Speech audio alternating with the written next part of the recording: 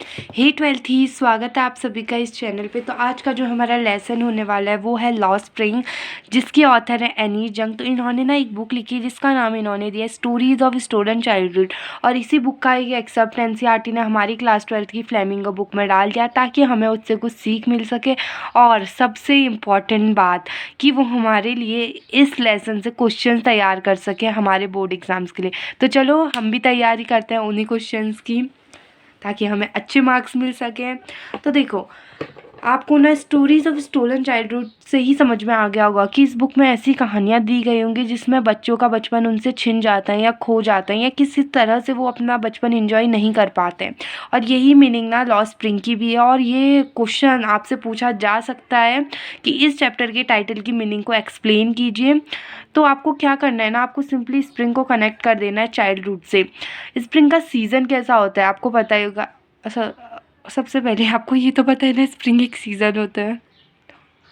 Obvious पता ही होगा यार। तो स्प्रिंग का सीज़न बिल्कुल प्लेफुल, चेयरफुल, मस्त मौला सा, अमेजिंग सा होता है, सुहावना सा। किस तरह से हर जगह प्यारे प्यारे से फूल खिले होते हैं और वैसा ही बचपन भी होता है। और आगे पर लगा है लॉस्ट, यानी कि उस सीज़न का, हमारे उस बचपन का क्या हो जाना, खो जाना। तो देखो, जहाँ तक मैं समझ सकती हूँ ना, तो एनी जंग ने ये बुक फिक्शनली तो नहीं लिखी होगी, फिक्शनली ये सोच के तो नहीं लिखी होगी। उन्होंने रियलिटी में ऐसे बच्चों को देखा होगा, जाना होगा, तभी उन्होंने ये बुक लिखी होगी। और है भी ऐसा ही, उन्होंने रियलिटी में ऐसे बच्चों को देखा था। तो देखो, इसमें जो हमें दिया है कि वो साहिब और मुकेश से मिली थी। तो सबसे पहले उन्होंने हमें कन्वर्जेशन साहिब के साथ दी हुई है। तो ये देखो line, sometimes I find a rupee in the garbage, ये लाइन साहिब ने कही थी। अब ये क्यों कही थी ये हम आगे पढ़ेंगे। तो देखो, ऑथर कहती है ना कि मेरी साहिब से हर सुबह अचानक मुलाकात हो जाया करती थी मेरे पड़ोस के गार्बेज ड्रम के पास में। वो उस गार्बेज ड्रम में कुछ ना कुछ ढूंढ रहा होता था, मानो वो उसमें गोल्ड ढूंढ रहा हो, सोना ढूंढ रहा हो। और फिर एक दिन मैंने उससे पूछा कि तुम ऐसा क्यों करते हो साहिब। अब आप बोलोगे कि साहिब कौन, तो साहिब एक रैग पिकर है जो अपना घर बहुत समय पहले ही छोड़ के आ चुका है। उसका घर ढाका के हरे भरे खेतों के बीच में कहीं आया करता था, लेकिन उसे अपने घर की दूर दूर तक कोई याद ही नहीं है, क्योंकि उसकी मम्मी ने उसे बताया हुआ था कि ऐसे बहुत से तूफान आए जो उनका घर और उनके खेत अपने साथ उड़ा ले गए। इसीलिए वो अपना घर ढाका में छोड़ यहाँ बड़े शहरों में, दिल्ली जैसे बड़े शहरों में अपना जीवन यापन करने को आए हैं, ताकि उन्हें 2 वक्त की रोटी मिल सके, वो अपना पेट पाल सकें। अब ऑथर बताती है कि साहिब मुझे देखते हुए मेरे सवाल का जवाब देता है कि मेरे पास और कुछ करने को है ही नहीं। और तभी मैंने इतने तेज़ी से बोला तो स्कूल जाओ फिर। और ये बोलते ही मुझे रियलाइज़ हुआ कि मेरी एडवाइस कितनी हॉलो साउंड होती है। मैं किससे बोल रही हूँ स्कूल जाओ, एक रैग पिकर से। फिर वो कहती है कि साहिब ना बहुत ही सिंपली आंसर करता है कि मेरे पड़ोस में ना कोई स्कूल नहीं है, अगर वहाँ एक बनेगा तो मैं ज़रूर जाऊँगा। फिर देखो, ऑथर हमसे कहती है कि मैंने ना उससे बहुत मजाक मजाक के वे में पूछा, अगर मैं एक स्कूल स्टार्ट करूँ तो क्या तुम आओगे। और उसने इतनी लंबी चौड़ी स्माइल देते हुए कहा कि हाँ हाँ मैं ज़रूर आऊँगा। और कुछ दिनों बाद ऑथर उसे अपने पीछे भागते हुए देखती है और वो पूछ रहा होता है कि क्या तुम्हारा स्कूल रेडी है। और ये सुनते ही ऑथर बहुत एम्बेरस हो जाती है कि मैंने उससे क्या प्रॉमिस कर दिया जो मैं शायद कभी पूरा कर ही नहीं सकती। फिर वो कहती है कि लेकिन ऐसे प्रोमिस तो दुनिया के हर कोने में इनसे कोई ना कोई करता ही है ना। फिर वो उसके सवाल का जवाब देती है कि अभी ना स्कूल बनने में बहुत समय लगता है। फिर वो कहती है कि कुछ महीने उसे जानने के बाद मैंने उससे उसका नाम पूछ लिया। उसने बताया साहिब आलम। फिर ऑथर कहती है कि शायद ना उसे उसके नाम का मतलब नहीं पता है, शायद का नहीं पता है, क्योंकि अगर उसे ये बात पता चल जाए कि उसके नाम का मतलब है लॉर्ड ऑफ द यूनिवर्स, इस पूरे संसार में राज करने वाला, या तो उसे उस बात का विश्वास होगा ही नहीं, या तो उसे विश्वास करने में ही उसकी आधी ज़िंदगी चली जाएगी। क्योंकि उसके नाम और काम दोनों बहुत अलग है। उसका नाम तो है इस संसार में राज करने वाला, लेकिन उसका काम है क्या, रैक पिकिंग करना। वो अपने नाम के मीनिंग से अनजान अपने दोस्तों के साथ नंगे पैर गलियों में घूमा करता है। उसके दोस्त और उसकी एक ऐसी आर्मी बेयरफुट बॉयज़ की, जो मॉर्निंग बर्ड्स की तरह अपीयर तो होते हैं और शाम को वैसे ही गायब भी हो जाते हैं। फिर ऑथर कहती है कि कुछ महीने उन्हें जानने के बाद मैं सबको पहचानने लगी थी। तभी मैंने एक से पूछा कि तुमने चप्पल क्यों नहीं पहने हैं। तो उसने बोला कि मेरी मम्मी ने ना शेल्फ से नीचे उतारे ही नहीं, या तो मेरी मम्मी शेल्फ से नीचे उतारना भूल गई।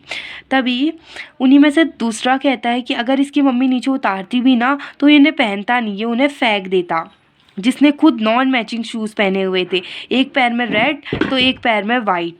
जब ऑथर उसके शूज़ में कमेंट करती है तो वो उनको छुपाने लगता है और कुछ नहीं बोलता है।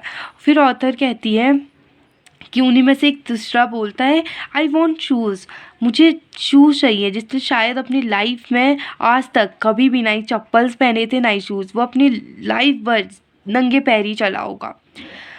फिर ऑथर ये साहिब और उसके फ्रेंड्स की बात करते करते बोलती है कि इस पूरी कंट्री में ना ट्रैवल करते करते मैंने ऐसे बहुत से बच्चों को देखा है जो नंगे पैर चलते हैं, चाहे वो बड़े बड़े शहरों में क्यों ना हो या गांव की सड़कों में।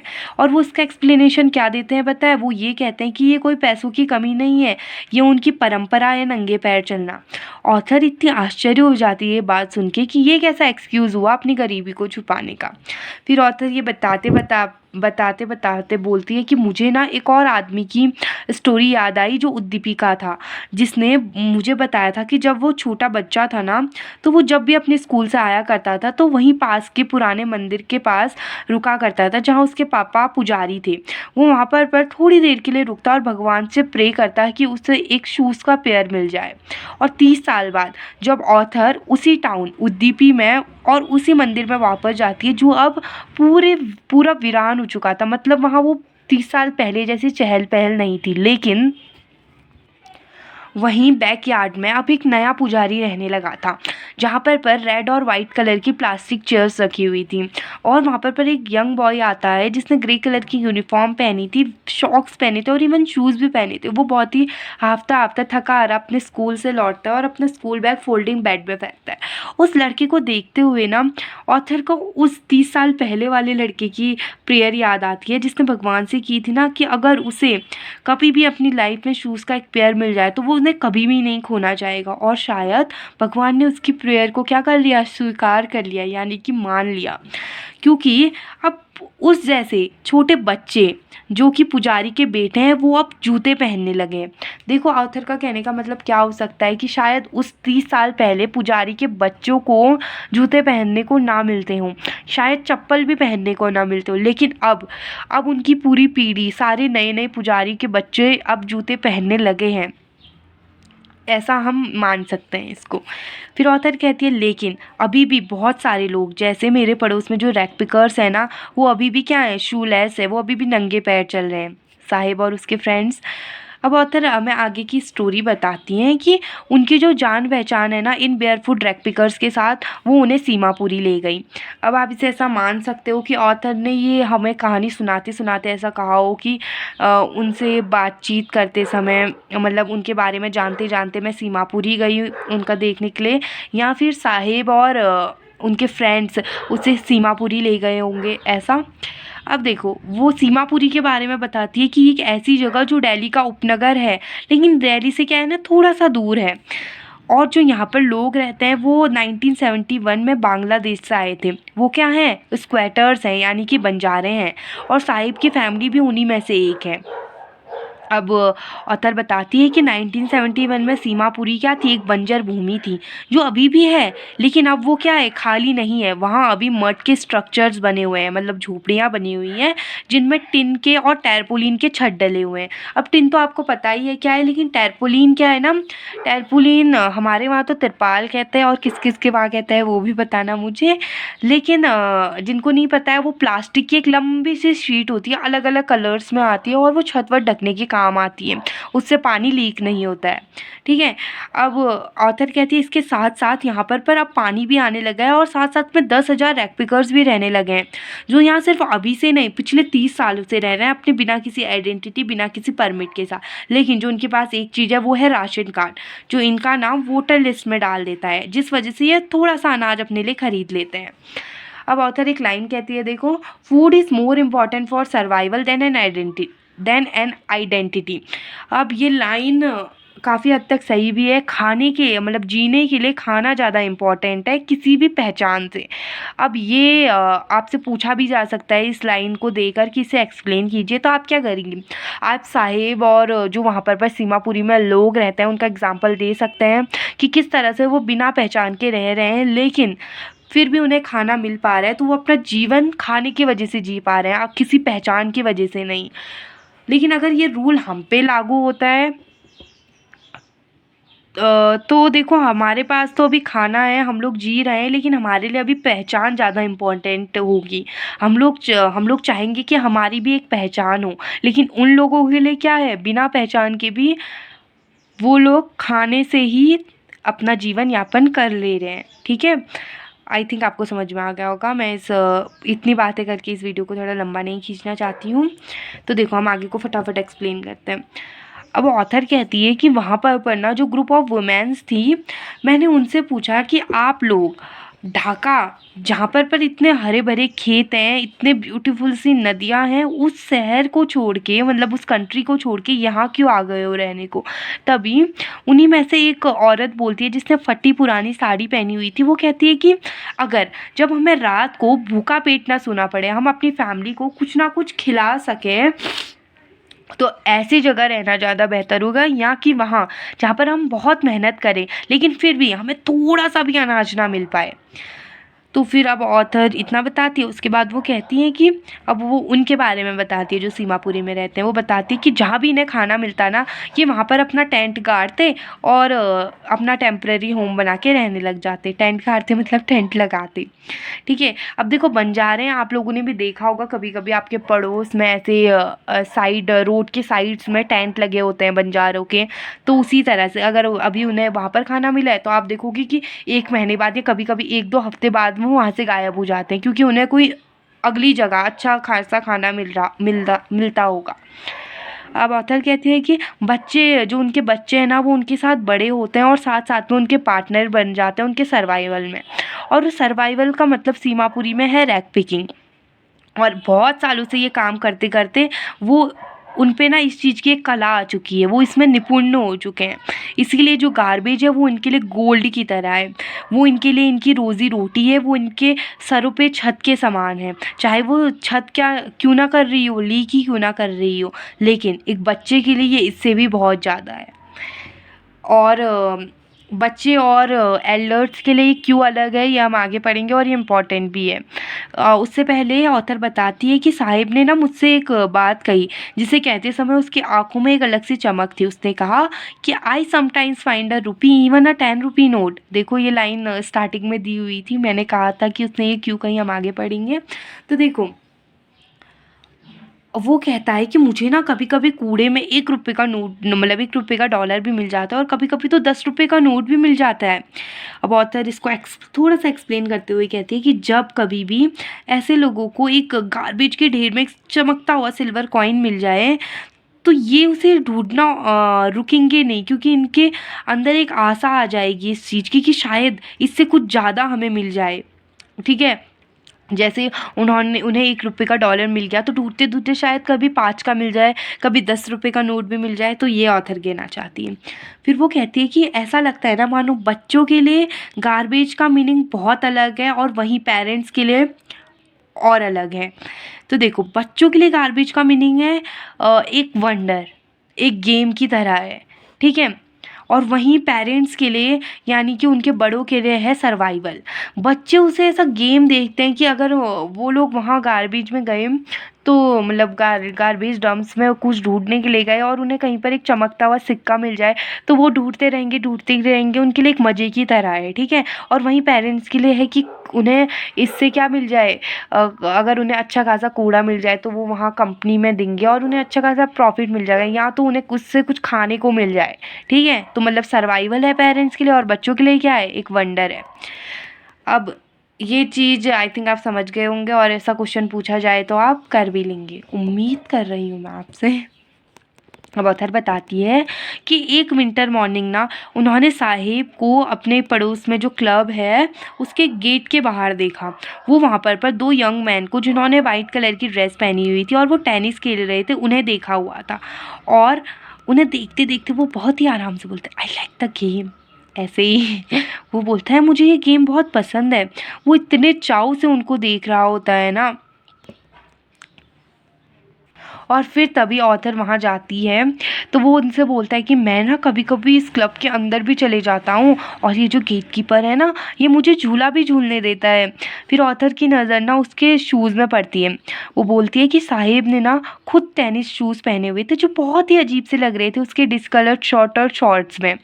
और जब साहिब ने ऑथर को ऐसे उसके शूज़ देखते हुए देखा तो उसने ऐसा एक्सप्लेन करते हुए बोला कि ये ना मुझे किसी ने दिए हैं।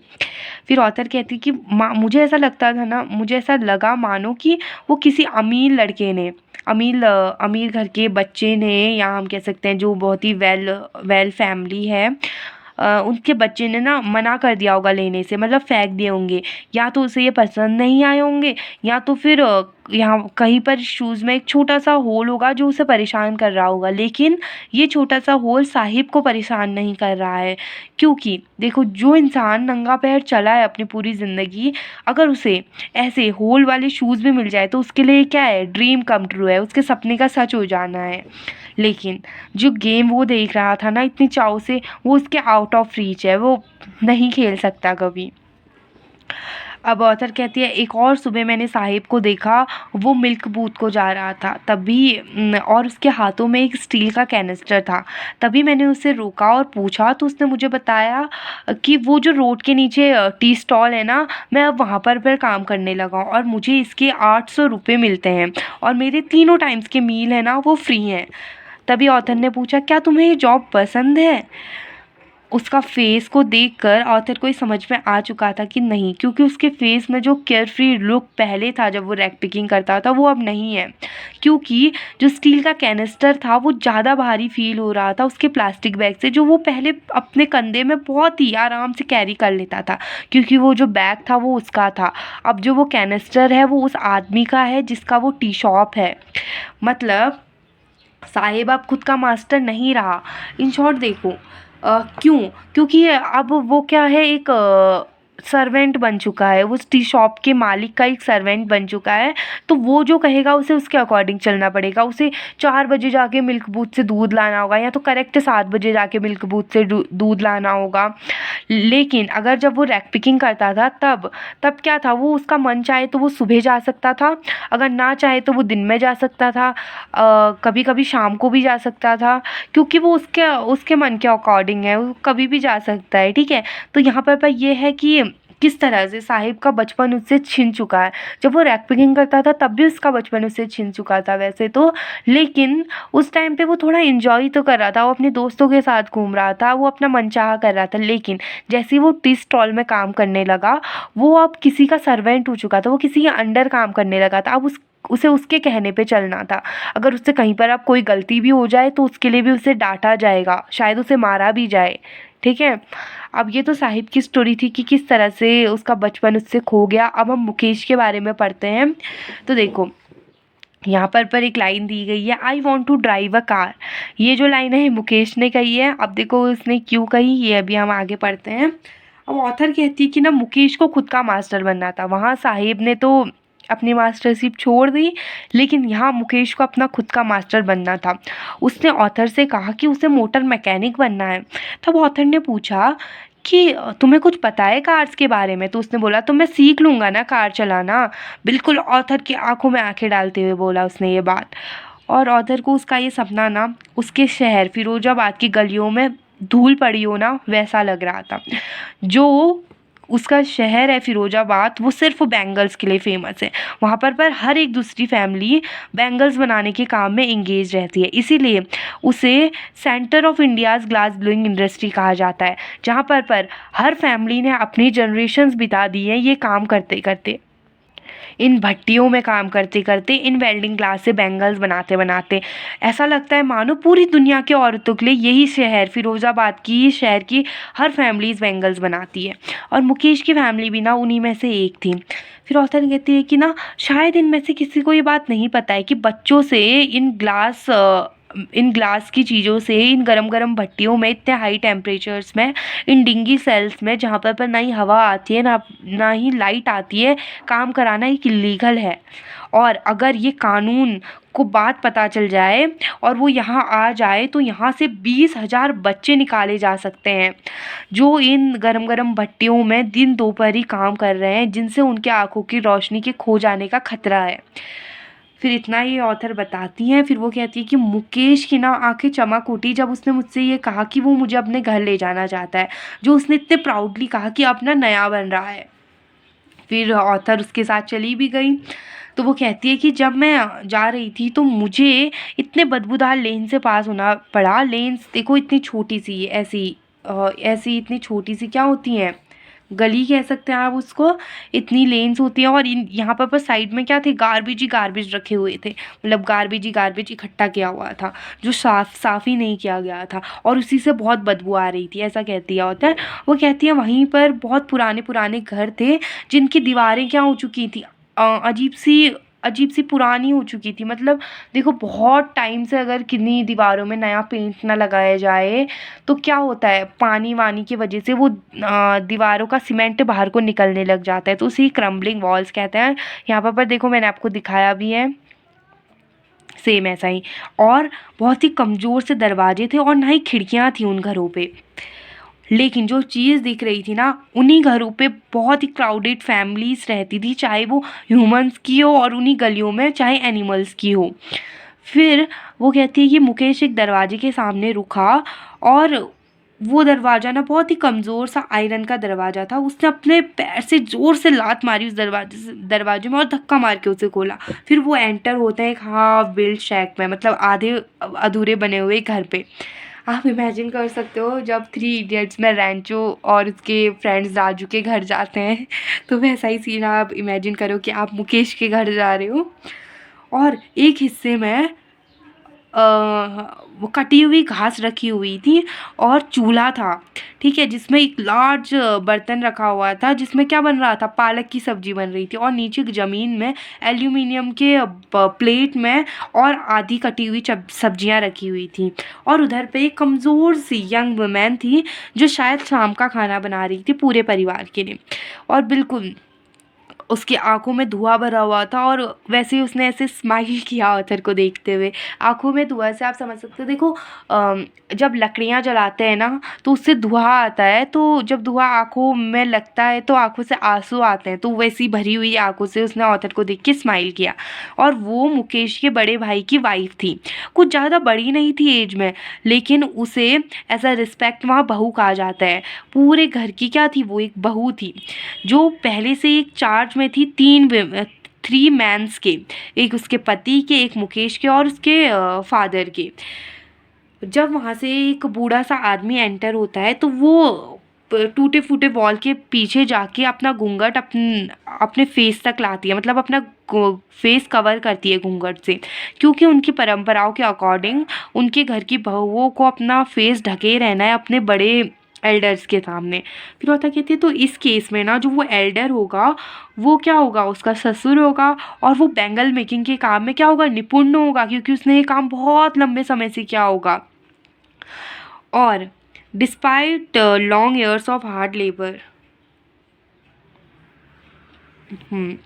और इतने लंबे समय से वो काम करते करते, उससे पहले वो एक टेलर भी था, फिर जो बैंगल मेकर बना, वो फिर भी अपना एक अच्छा सा घर बनाने में फेल हो गया। वो जितना भी कर सकता था उसने क्या किया, अपने बच्चों को स्कूल भेजा, और स्कूल भेजने के बावजूद भी वो अपने बच्चों को सिर्फ बैंगल्स बनाने की कला ही सिखा पाया। तभी उधर पे मुकेश की दादी बैठी हुई थी जो बोलती है कि इट इज़ करम, हिज डेस्टिनी, ये करम है, ये उसकी क्या है, डेस्टिनी है, जिसने अपने पति को अंधा होते हुए देखा था। किससे, ग्लास पॉलिश करते समय जो डस्ट पार्टिकल्स से ना वो उसके पति के आंखों में गए होंगे, तो उससे। और वो ये कहती है कि क्या ये भगवान द्वारा दी गई लीनेज कभी टूट सकती है।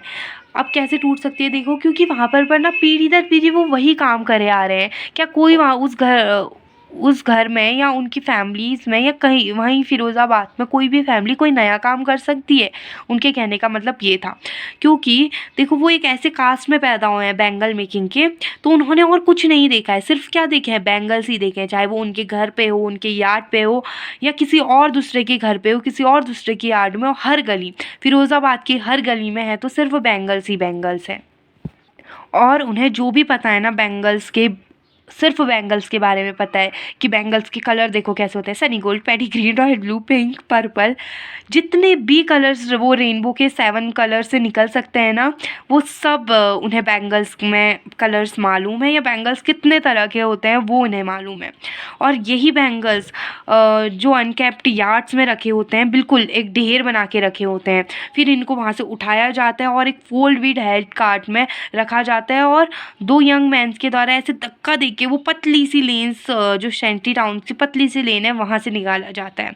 और ऐसे ही फिर ऐसे ही अंधेरे में जो हटमैन्स होते हैं ना, वो एक फ्लिकरिंग ऑयल लैम्प्स में, या फिर आप मोमबत्ती कहो या फिर ऑयल लैम्प्स कहो, जब भी हम उन्हें जलाते हैं उनसे कितनी रोशनी आती है आपको पता है ना, फ्लिकर करती है, मतलब ऐसे ऐसे से जलबुझ होती है ना, वही उसमें वहाँ पर वो लोग बैठते हैं, और उन्हीं के साथ साथ लड़के लड़कियाँ अपने मम्मी पापा के साथ बैठते हैं। उसी मोमबत्ती की रोशनी में वो लोग क्या करते हैं, बैंगल्स बनाते हैं, मतलब बैंगल्स को ऐसे सर्कल का शेप देते हैं। यहाँ पर वो कहना चाह रही ऑथर, फिर वो कहती है कि देखो उनकी आंखें जो है ना, मतलब वो दिन दोपहरी में भी खिड़की दरवाजे बंद करके एक मोमबत्ती की रोशनी में बैंगल्स बनाए जा रहे हैं, तो उनकी जो आंखें हैं वो डार्क को ज़्यादा एडजस्टेड हो चुकी है, उन्होंने सिर्फ अंधेरा देखा है, तो इसीलिए क्या मतलब बाहर की रोशनी से ज़्यादा वो डार्क में ज़्यादा क्या हो गई हैं, एडजस्ट हो चुकी हैं, जिस वजह से वो क्या अपनी आँखों की रोशनी अपनी भरी जवानी में ही खो बैठते हैं। इससे बुढ़े होने से पहले ही उनकी आँखों की रोशनी वो क्या कर देते हैं, खो देते हैं। अब ऑथर बताती है सविता के बारे में। सविता एक यंग गर्ल जिसने पिंक कलर की ड्रेस पहनी हुई थी, जो एक एल्डरली वुमेन के बगल में बैठी हुई थी, और वो क्या कर रही थी, ग्लास के पीसेस को जोड़ी जा रही थी, और उसके हाथ ऐसे काम कर रहे थे मानो मशीन काम कर रही हो। और ऑथर को इसको देखकर इतना आश्चर्य हुआ, और मतलब वो सोच में भी पड़ गई कि जो बैंगल्स ये बना रही हैं ना, क्या इन्हें इसकी पवित्रता या इन्हें इसके पीछे का क्या इतिहास है, इस बारे में मालूम है। अब ऑथर हमें खुद ही बताती हैं कि ये जो बैंगल्स हैं ये इंडियन वुमेन की सुहाग को क्या करते हैं, सिंबलाइज करते हैं, एक ऐसी शुभ माने जाए, ये क्या माने जाते हैं, किसी मैरिज के लिए शुभ माने जाते हैं। फिर ऑथर कहती है जो जो चीज़ इस पे क्या पड़ने वाली है, अचानक से इस पे हावी होने वाली है, इस पे पड़ने वाली है, मतलब वो शादी, क्योंकि एक दिन ये इसके सर पे भी लाल कलर की चुन्नी होगी, इसके हाथ भी मेहंदी से रंगे होंगे, और इसने भी वो लाल कलर के बैंगल्स अपनी कलाई में पहने होंगे, क्योंकि तब ये क्या बनेगी, ब्राइड बनेगी। जैसे वो ओल्ड वुमेन जो उसके बगल में बैठी हुई है, जो बहुत लंबे समय नहीं, जो मतलब बहुत पहले ही दुल्हन बन चुकी हैं, और उसके हाथों में अभी भी देखो बैंगल्स हैं, लेकिन उसके आँखों में वो चमक नहीं है।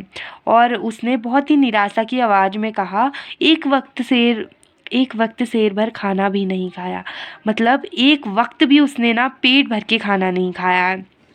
और उसने अपनी लाइफ टाइम में जो भी चीज़ की है ना, वो यही है कि एक वक्त पेट भर के खाना भी नहीं खाया शादी के बाद। उसका जो पति है, जो एक बूढ़ा आदमी है, जिसकी इतनी लंबी लंबी सी बियर्ड है, वो बोलता है कि मुझे और कुछ आता ही नहीं है बैंगल्स बनाने के अलावा। All I have done is make a house for the family to in, मतलब जो भी बैंगल्स बनाने के काम से मैंने किया है वो है कि अपनी फैमिली के लिए घर बनाना। उसकी बातों को सुन के मैं ये शॉक हो गई कि मतलब पूरी लाइफ टाइम सिर्फ बैंगल्स बनाने के बाद भी वो सिर्फ एक घर ही बना सका, ठीक है, वो सिर्फ एक घर ही बना सका, और शायद जो बहुत सारे लोग अपनी लाइफ में करना फेल हो गए होंगे। The cry of not having money to do anything except carry on the business of making bangles, एक ऐसा रोना पैसों के लिए उनका कि कि उसके कि सिर्फ अपने बैंगल्स बनाने के काम को ही वो आगे ले जा सकते हैं और उसके अलावा वो कोई काम कर ही नहीं सकते हैं। इन शॉर्ट देखो, उनके पास इतना पैसा है ही नहीं कि वो किसी दूसरे काम में उसे लगा सके। वो क्या कर सकते हैं, उन्होंने बचपन से बैंगल्स बनाना ही देखा है तो वो वही कर सकते हैं, क्योंकि हर घर में क्या देखे उन्होंने, बैंगल्स ही बनाने देखे हैं। जो अभी यंग मैन हैं, उन्होंने अपने बूढ़ों की परंपरा को आगे बढ़ाया है, क्योंकि उन्होंने बचपन से ही वो देखा है। और जो छोटे बच्चे हैं वो भी टाइम के साथ आगे बढ़ते जा रहे हैं, ऐसा ही लगता है फिरोज़ाबाद में तो। और इतने सालों से इनके दिमाग को इतना सुन कर दिया है कि इनकी इनिशिएटिव, इनके एबिलिटी कुछ और सोचने की, उसको मार दिया गया है। देखो, अगर कोई ये भी सोचना चाहे ना कि इस काम के अलावा भी कोई और काम है, तो वो नहीं सोच सकता है, क्योंकि जैसे ही बच्चे को थोड़ी अकल आने लगती है, वैसे ही परिवार वाले कहते हैं कि बच्चा तुम ये बैंगल्स बनाना सीख लो, तो अब उसके दिमाग में है कि हाँ, मुझे तो यही काम को आगे ले जाना है और कुछ तो है ही नहीं दुनिया में काम। ठीक है। तब ऑथर बोलती है, फिर वहाँ पर ग्रुप ऑफ मैन्स होते हैं तो उनसे बोलते हैं कि तुम लोग अपना एक कोऑपरेटिव क्यों नहीं शुरू कर देते हो। जो वो ऐसे लोगों से ये बात कहती है जो एक ऐसे सर्कल में फंसे हुए हैं मिडिल मैन्स के, जहाँ जहाँ पर वही नहीं, उनके फादर्स, उनके फोर फादर्स बहुत समय से फंसे हुए थे। फिर उन्हीं में से एक आदमी बोलता है कि अगर हम एक ऑर्गेनाइजेशन शुरू भी कर दें तब भी हमारे साथ अच्छा नहीं होगा। क्यों?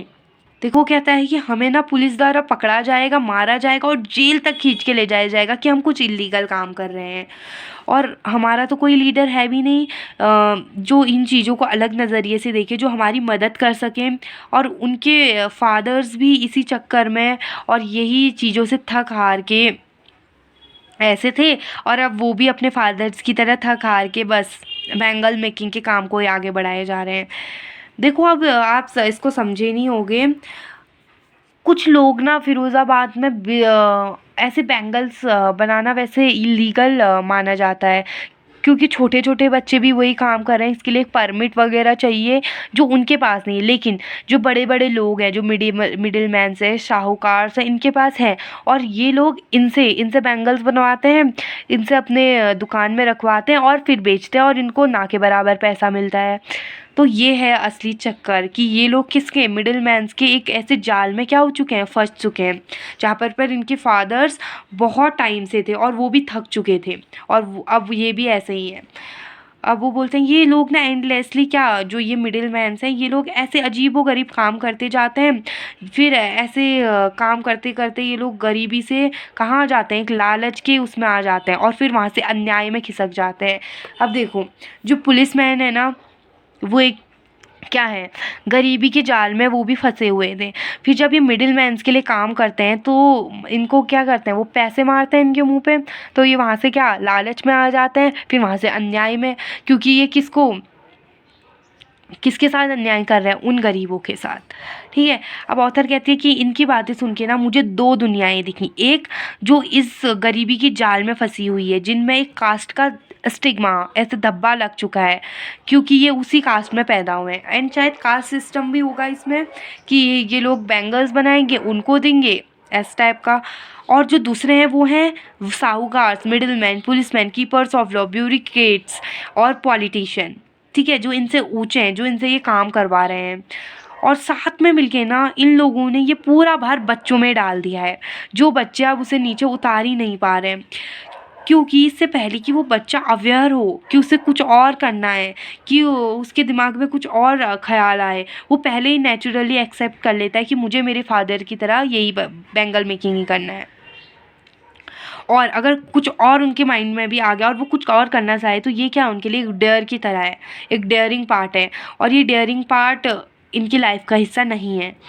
फिर ऑथर कहती है जब मैंने ना अपना ये जो मैं ये सोच रही थी ये मुकेश की तरफ को डाला तो मैं बहुत खुश हो गई, क्योंकि उसे एक मोटर मैकेनिक बनना था। और उसने ये बात दोबारा रिपीट की, ऑथर से बोला कि I want to be a motor mechanic. वो गैराज जाएगा और वो सीखेगा। फिर ऑथर कहती है लेकिन गैराज तो तुम्हारे घर से बहुत दूर है ना, तो उसने बोला कि मैं तो चल के जाऊंगा। फिर ऑथर उससे पूछती है क्या तुम्हारा सपना प्लेन चलाने का भी है, तो वो अचानक से चुप हो गया और उसने बोला नहीं, ऐसे दीवार नहीं, सॉरी, ग्राउंड को ऐसे घूरते हुए बोला वो नहीं। और बहुत ही मतलब ऐसे दबी हुई सी आवाज़ में बोलता है ना, ऐसा एम्बेरसमेंट में। तो उसने उसी में बोला, जो अभी तक पछतावे में नहीं बदली थी, क्योंकि उसने अपने शहर फिरोज़ाबाद में सिर्फ गाड़ियों को ही चलते हुए देखा था। तो उसका सपना था कि वो गाड़ियाँ चलाए। अब वो चला कैसे सकता है? वो अगर एक मोटर मैकेनिक बनेगा तो उसको मौका भी मिल जाएगा गाड़ियाँ चलाने का। और देखो वो प्लेन्स क्यों नहीं चला सकता? क्यों उसका एम्बैरेसमेंट अभी पछतावे में नहीं बदला? क्योंकि उसने कभी फिरोज़ाबाद में प्लेन्स देखे ही नहीं होंगे, बहुत ही कम तो उस शहर से गुज़रते होंगे, जो शायद उसकी नज़रों में अभी तक आए ही नहीं होंगे। तो इसीलिए उसने सिर्फ फिरोज़ाबाद में गाड़ियों का ही आना-जाना देखा है, तो उसे गाड़ी चलाने का बहुत शौक होगा। तो उसने सोचा होगा कि अगर मैं एक मोटर मैकेनिक बन जाऊँगा तो मुझे गाड़ी चलाने का भी मौका मिल जाएगा। तो देखो यहाँ पर ये हमारा पूरा चैप्टर फिनिश होता है। आई होप कि आपको ये समझ में आया होगा। मैंने इसको बहुत शॉर्ट से शॉर्ट, लाइन बाय लाइन, हर एक लाइन आपको अच्छे से एक्सप्लेन की है और बहुत शॉर्ट वीडियो बनाने की कोशिश की, फिर भी आधे घंटे से थोड़ा ज़्यादा की बन ही चुकी है। तो देखो आपको ना इससे सीख लेनी है, सिर्फ आपको यही नहीं पढ़ना कि फिरोज़ाबाद क्यों फेमस है, मुकेश क्या बनना चाहता था, और बेंगल मेकिंग इंडस्ट्री में क्या हजार्ड्स हैं, मतलब साहिब, ये क्वेश्चंस आपको रटने नहीं है। ये तो आपको स्टोरी से ही समझ में आ गए होंगे। आपको स्टोरी अच्छे से समझ में आ गई, या फिर आपने अगर बुक भी, जिसने बुक अच्छे से रीड कर ली, या फिर अगर आपने बुक भी अच्छे से रीड नहीं की है, फिर भी आपको ये बहुत अच्छे से क्वेश्चंस बनाने आ जाएंगे। लेकिन जो सीख आपको इससे लेनी है, देखो साहिब और मुकेश दोनों एक ऐसी फैमिली से बिलोंग करते हैं जहाँ पर उनका सपना सच नहीं हो सकता। अगर साहिब के तरफ नज़र डालो तो वो क्या है, बंजारे वाली फैमिली में आता है, रैक पिकिंग करता है। पहला, उसका सपना स्कूल जाने का नहीं सच हो सकता। दूसरा, उसका सपना गेम खेलने का नहीं सच हो सकता। तीसरा, वो जब शूज़ तक नहीं पहन सकता है, वो सपना उसका सच नहीं हो सकता।